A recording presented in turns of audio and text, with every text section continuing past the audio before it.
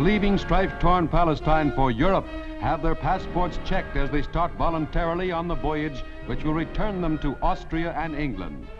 This group of 380 has spent 8 years in Palestine and has elected to face the rigors and uncertainties of Europe rather than the terror in the Holy Land.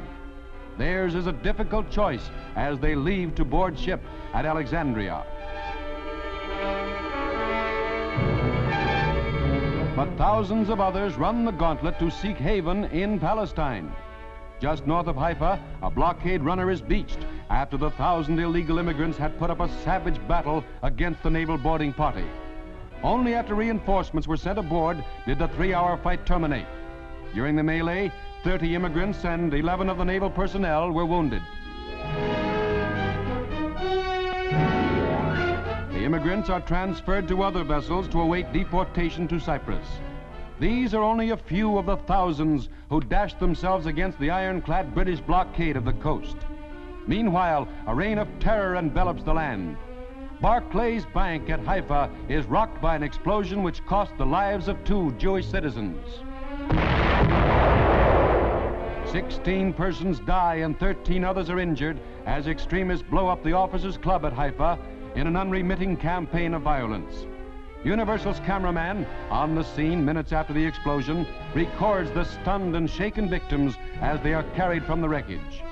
Few of the 50 officer inmates of the club escaped injury as extremists, under cover of rifle fire, hurled explosive-laden suitcases through the windows and doors of the building. Several of the injured died later of their wounds. The club is a shambles, a reprisal for the deportation of Jews from Haifa.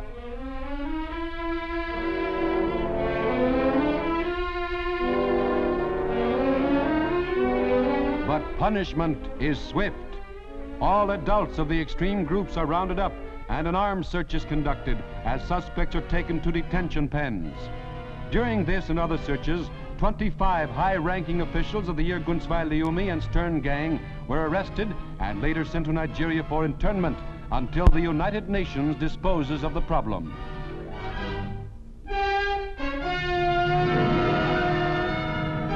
In the tense atmosphere of martial law, captives are carefully searched for concealed weapons. Several caches of explosives and small arms were later found. A tennis court serves as a detention pen. As the area of martial law is widened, 6,000 additional troops are placed on duty, and the streets of the holy city become an armed camp.